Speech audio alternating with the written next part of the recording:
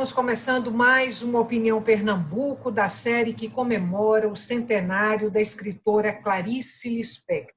Acontece que Clarice, além de escrever, também pintou. Deixou um pouco mais de 2 dezenas de quadros, a maioria óleo sobre madeira.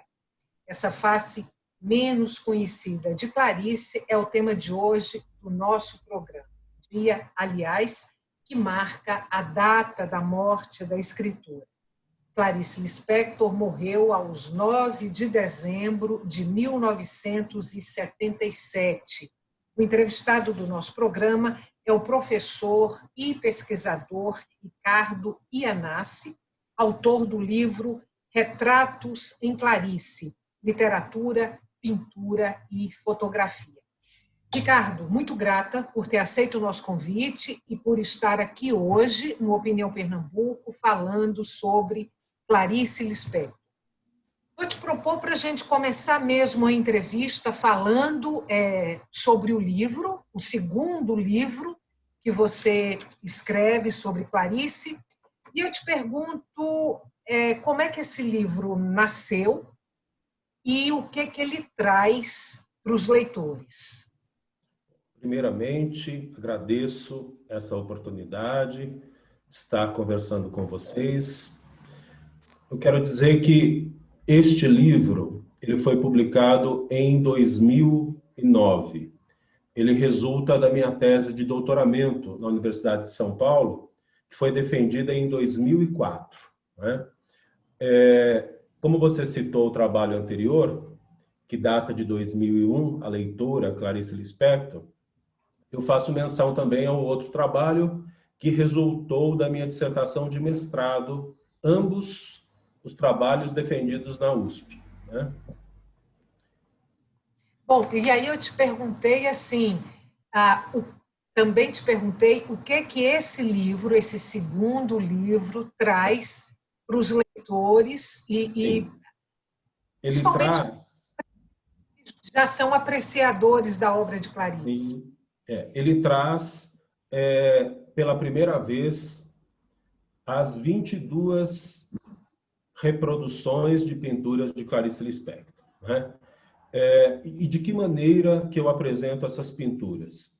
Num primeiro momento, eu desenvolvo uma larga reflexão sobre a Clarice Lispector, escritora, né? Sobretudo buscando na literatura da Clarice referências às artes plásticas. Né? Para isso, claro, eu faço uma seleção de textos, de contos, não é? Romances e ficção, que é o caso da Água Viva, né? Que não se classifica nem como romance, mas sim como uma ficção. Então, eu faço uma leitura reconhecendo tanto o que a Clarice Lispector apresenta em termos de remissão às artes plásticas, mas, sobretudo, destacando que a estrutura literária dos textos que eu desenvolvo, a análise de Clarice, são estruturas que se aproximam, né, pela estratégia de composição da arte que ela vai produzir e, ao mesmo tempo, da arte com a qual eu acredito que ela se identifica, que é a arte de tendência abstrata, tá certo? Na verdade, ela chama de figurativo do inominável a isto. E, ao fazer este trabalho, é claro que eu leio, né, essas reproduções, como você própria disse, são 22 pinturas, 21 delas em madeira, de pinho de riga. Elas são pequenas, né? Medem em torno de 30 por 50 centímetros. Então, eu faço uma leitura procurando reconhecer, não é? Temas, embora isso seja difícil, mas nós percebemos uma predominância, né, do insólito, aquilo que a gente pode chamar também mais próximo do grotesco, né? E, paralelamente, eu vou identificando a técnica que ela utiliza, que é a técnica mista. Uma vez que ela mistura cola derretida, canetas hidrográfica, esferográfica, pintura, enfim, né, ela estabelece uma combinação bastante, diríamos, livre. Ricardo, você falou aí que o livro reproduz as 22 pinturas de Clarice. Eu te pergunto se você se debruça sobre cada uma dessas pinturas, se você faz uma análise de cada uma dessas pinturas e aí tentando correlacioná-las à escrita de Clarice. Faço, de algumas mais do que de outras. Faço. E o que eu procuro também? Como eu disse para você, aproximar, já que você usou o termo correlação, né? Eu procuro aproximar, como eu disse, da própria aventura ou errância, né? Que nós poderíamos chamar de linguagem verbal da Clarice. Então, o trabalho todo aposta nesse paralelo, né? Do verbal com o visual, com o pictórico, né? E, ao mesmo tempo, só complementando o que eu dizia, eu também incursiono pela Clarice tradutora de obras que versam sobre o retrato. Porque a Clarice traduziu o retrato de Dorian Gray, do Oscar Wilde, né? Traduziu, são traduções e adaptações, né? Traduziu o retrato oval de Edgar Allan Poe e um livro que a Agatha Christie publicou com pseudônimo intitulado O Retrato. Então, na verdade, o trabalho no todo, ele procura passear, né, podemos dizer assim, né, por essas instâncias que estão sempre vinculadas com a literatura e as artes plásticas. E mais para o final do trabalho, uma vez que o título dele é Clarice Lispector, né, Retratos em Clarice Lispector, Literatura, Pintura e Fotografia, no final do trabalho, eu também aposto numa análise de uma crônica, que também pode ser classificada como conto, intitulada A Quinta História, que é sui generis, né?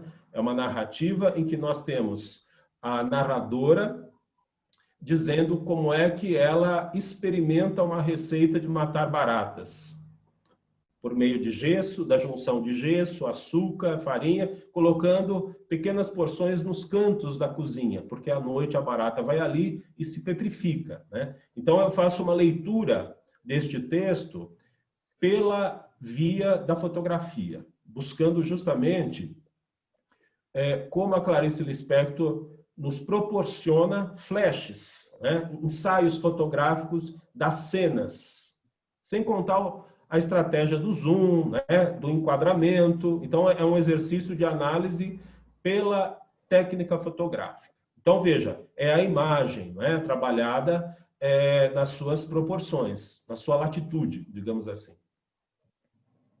Ricardo, eu estou aqui lembrando de Água Viva, né? Que tem um diálogo muito íntimo aí com a pintura. Lembro também agora de Ângela, que, se eu não me engano, de um sopro de vida, né? Que foi o livro dela que ficou inacabado, porque ela morreu ainda em processo de elaboração, mas o livro foi publicado. E Ângela descreve ali a personagem, a técnica de trabalho dela como pintora, como artista plástica. O que Ângela reproduz é a técnica de pintura da própria Clarice? Isso, vamos lá. Aproveitando o ensejo, vamos lembrar o seguinte, que na obra literária da Clarice, esquecendo um pouco a pictórica, né? A obra literária da Clarice é marcada por referenciais de artes diversos, né? Mas, independentemente, nós temos também personagens e narradores artistas. Você se reporta à Água Viva, que nós temos uma pintora. Eu lembro também, aproveitando, a narradora GH, né, de A Paixão Segundo GH, que é uma escultora, né? Nós temos o Rodrigo SM, que é um escritor, um literato. E nós temos em Um Sopro de Vida, Pulsações, que é obra com publicação póstuma, de 1978, uma figura que se identifica como autor, que é aquele que estabelece o diálogo com a sua criação, que é a Ângela Pralini, né? E a Ângela Pralini é uma artista plástica também, né? E ela, espécie de alter ego da Clarice Lispector, apresenta para nós qual a técnica, né, que ela passou a desenvolver com a pintura, que é a mesma da Clarice. Ela chega justamente a apresentar referências destes quadros, né, de um ou outro quadro, que são os que nós conhecemos, esses 22. Né? A Gruta, por exemplo, é um deles, porque a Clarice, o primeiro quadro da Clarice se chama Interior da Gruta, é de 1960. Ele foi descoberto mais tardiamente, e ele deve, se não me falha a memória hoje, estar no Instituto Moreira Salles, no Rio de Janeiro. Então, ele é de 1960. Depois, o que nós temos? Um outro quadro que foi também descoberto tardiamente, sem título, que é de 1973. Na sequência, vem o Montante, que é de março a setembro de 1975. Foi um período que ela produziu ali, com uma periodicidade ali muito próxima, né? De março a setembro. E temos um quadro de 76, tá certo? Então, essa é a periodização deles. E no que diz respeito à obra, Um Sopro de Vida, como você própria lembra, nós temos a Ângela Pralini que conta para nós, né? Que ela está experimentando um trabalho como pintora, e é uma técnica livre, que ela chama, em que ela acompanha o veio da madeira, né? E aquilo vai improvisadamente resultar no trabalho que é a pintura, né? Embora ali ela não traga para nós mais detalhes, como isso que eu estou passando para você, né? Que é a cola derretida, a vela, né? Mas ela já nos dá indícios de como é que se dá o processo, né? E nos dá indício também daquilo que a gente vai verificar depois, que é uma pintura caótica, né? Uma pintura da ordem do indigesto, quer dizer, que tem marcas do inacabado, que tem falhas, ranhuras, quer dizer, aquilo tudo que também a gente pode identificar como intencionalmente um processo de composição literária de muitos textos da Clarice, alguns até muito mais truculentos, né? A gente sabe que Clarice tem algumas fases da literatura em que a truculência e a crueldade parece que se desenham com mais veemência. A gente vai detectar muitos desses traços agora na pintura. Ricardo, a gente vai fazer um intervalo agora curtinho e volta daqui a pouco para continuar essa conversa. Você que está em casa, não saia daí. O tema de hoje do Opinião Pernambuco é a produção da escritora Clarice Lispector na pintura. Até já.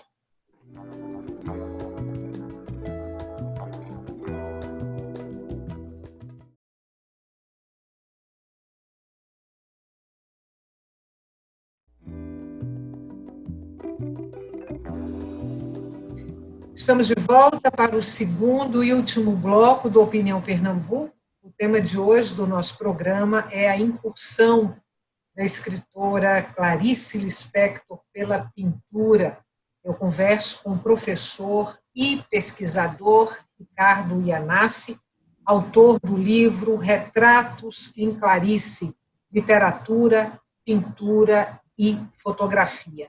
Lembrando para você que o Opinião Pernambuco também é veiculado pela Rádio Universitária FM e pela Rádio Universitária Paulo Freire AM. Ricardo, no bloco anterior, você comentou a pintura de Clarice Lispector e tinha feito a ressalva de que escritora e pintora estão em patamares distintos. E também no primeiro bloco eu tinha feito uma menção ao seu livro anterior o seu primeiro livro sobre Clarice, que é A Leitora Clarice Lispector.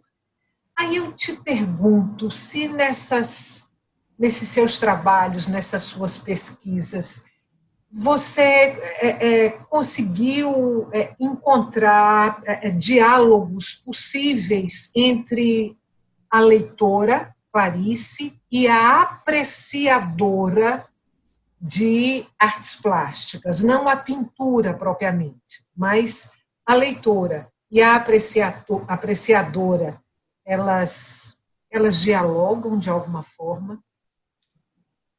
Bem, neste trabalho da leitora, né, Clarice Lispector, eu fiz um levantamento exaustivo de referências que a Clarice faz a obras diversas, né?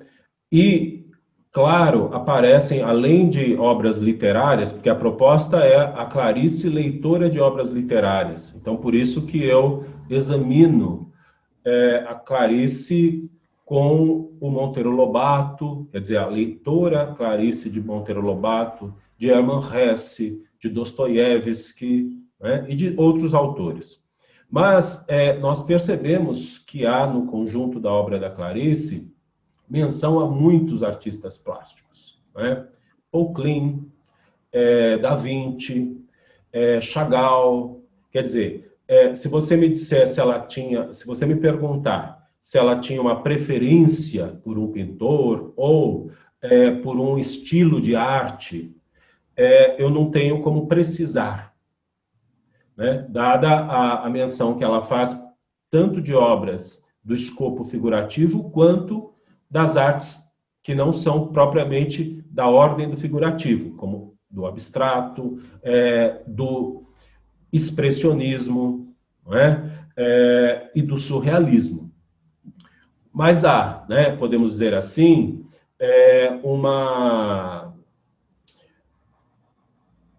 vamos chamar um trabalho, né, em termos de reconhecimento, né, que eu exercitei, de referências diversas nesse sentido. E também é importante lembrar que a Clarice, ela era muito próxima, né, todos sabem, do Lúcio Cardoso. E o Lúcio Cardoso também enveredou para a pintura, sobretudo depois que ele teve um derrame, né? Mais para o final da vida. Ele passou a pintar, né? Então, ele tinha um lado, né, do corpo em que o braço não se movia, né, mas da outra mão ele pintava. Então, vejam que a Clarice assistiu a isto, né, acompanhou, entrevistou artistas plásticos, porque a Clarice também exerceu uma função como entrevistadora, trabalhando para jornais e revistas, a Clarice jornalista. E aí também nós podemos observar a Clarice mencionando, em entrevista com Ibirê Camargo, por exemplo, as impressões que ela tem sobre as artes. As crônicas, vamos pensar no conjunto, né, de crônicas reunidas em A Descoberta do Mundo, quantos, né, não são os índices, quantas não são as menções à pintura. E mais interessante, a gente às vezes percebe que uma determinada crônica estaria mais próxima de um determinado quadro que Clarice pintou. Por exemplo, há uma crônica cujo nome eu tinha até anotado aqui. Vamos ver se eu consigo recuperar o nome dessa crônica. Uma Coisa é o título da crônica. Não dá nem para denominá-la crônica, porque ela não tem nem estrutura de crônica. Pense que é um escrito, certo? Breve.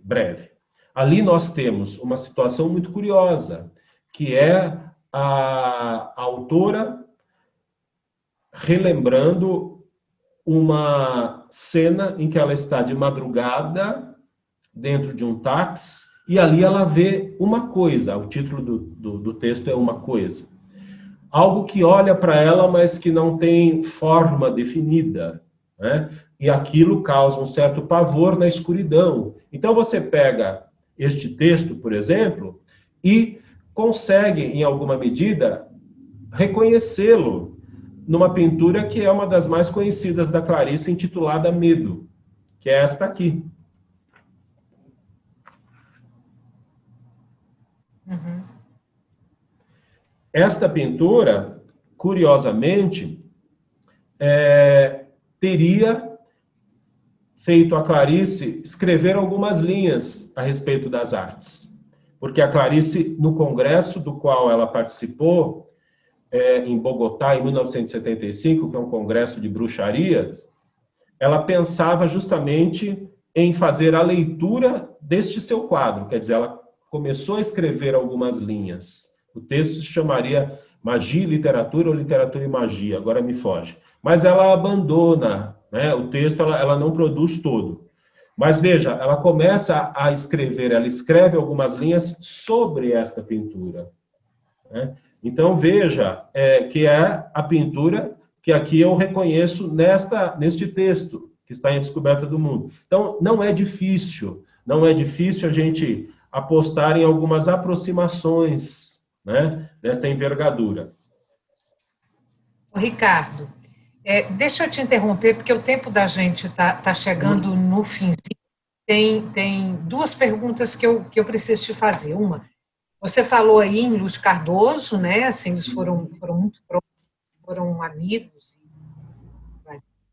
apaixonada por ele num determinado momento, e que Lúcio Cardoso também pintou, mas Lúcio Cardoso expôs. Clarice não expôs em nenhum momento. Quer dizer, só uma exposição com as obras dela, há pouco tempo, ela, enfim, já morreu. Vamos pensar assim, que a Clarice nunca se apresentou como pintora. Lembra que eu acabei de falar, né? Mas sim como uma amadora. Até a periodização, né, para quem produz aí nessa escala de tantos quadros de março a setembro, prova que não há ali um empenho, né, um investimento aí nessa pintura. É impulso, tá certo? Ela pinta, né, com impulso. E, a bem da verdade, a primeira pesquisadora deste tema é a Lúcia Helena Viana. A Lúcia Helena Viana começou a pesquisar a Clarice pintora no início da década de 90.